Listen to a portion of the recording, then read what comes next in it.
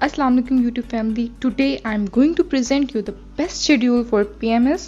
और PMS के लिए इस शेड्यूल से बेहतरीन मुझे लगता है कि कोई नहीं हो सकता। हाँ, हो सकता है, लेकिन आई एम कॉन्फिडेंट इनफ कि अगर आप इस पे चलेंगे तो आप PMS में बहुत बहुत अच्छे मार्क्स गेन कर सकते हैं। सबसे पहले तो मैं आपको बताती चलूँ कि आपको 3 किस्म के शेड्यूल्स बनाने हैं। आप गोल सेट करें, एक आप डेली गोल सेट करें, देन फिर आप वीकली गोल सेट करें और फिर आप मंथली गोल सेट करें।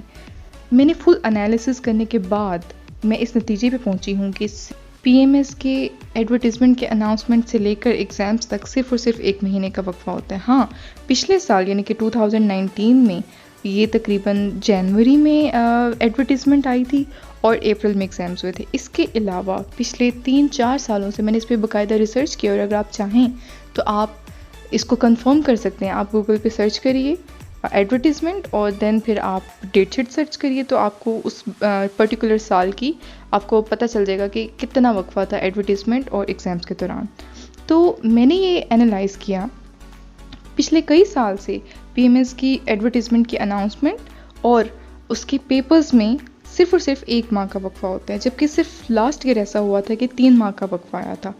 तो इसलिए हमें प्रिपेयर रहना चाहिए और हमें चाहिए कि हम 1 माह के अंदर अंदर PMS की तैयारी कर लें।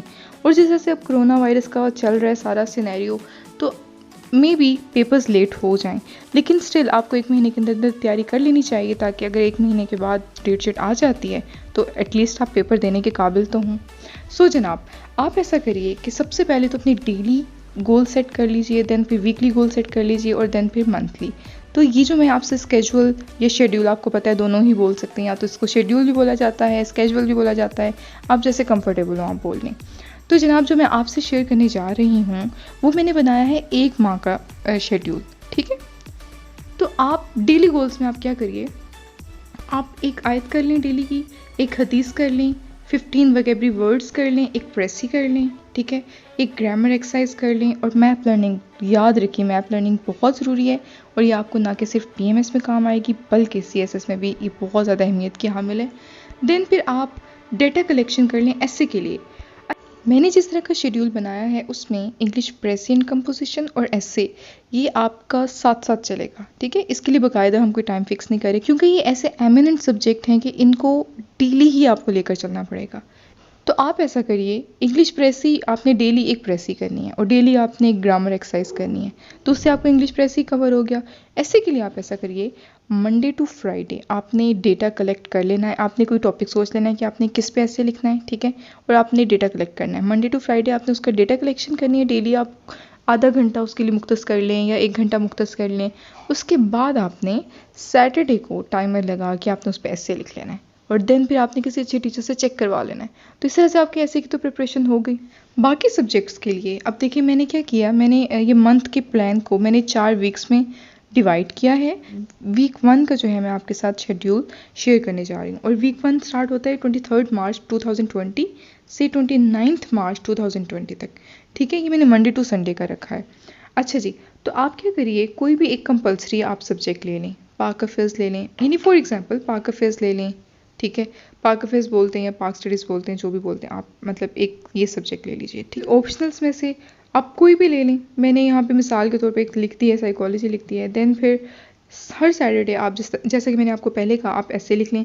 देन हर संडे आपने जितना भी पूरे हफ्ते में काम किया आप उसको रिवाइज कर लें। देन वीक 2 पे आते हैं। वीक 2 स्टार्ट होगा 30 मार्च 2020 से 5 अप्रैल तक जाएगा। इसमें आप क्या करिए, आप दूसरा कंपल्सरी पकड़िए, क्योंकि आप जानते हैं कि 6 कंपल्सरी होते हैं, आप दूसरा कंपल्सरी पकड़ें।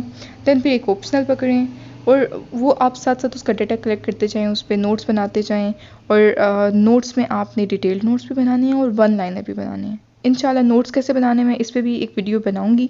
बस इस चैनल के साथ जुड़े रहिए और सब्सक्राइब माय चैनल ताकि आपको इस तरह की बेनिफिशियल वीडियोस मिलती रहें। और 3rd वीक में आप एक कंपल्सरी पकड़िए, क्योंकि इससे पहले तो आप 2 कंपल्सरी कर चुके होंगे, और इसी तरह से एक ऑप्शनल, आप पॉलिटिकल साइंस ले लें या कुछ जो भी आपका ऑप्शनल है वो आप कर लीजिए। और इसी तरह से आप एक ऐसे लिख लीजिए सैटरडे को और फिर रिवीजन में पिछले 3 हफ्तों का जो भी काम होगा उन सबको रिवाइज कर लीजिए।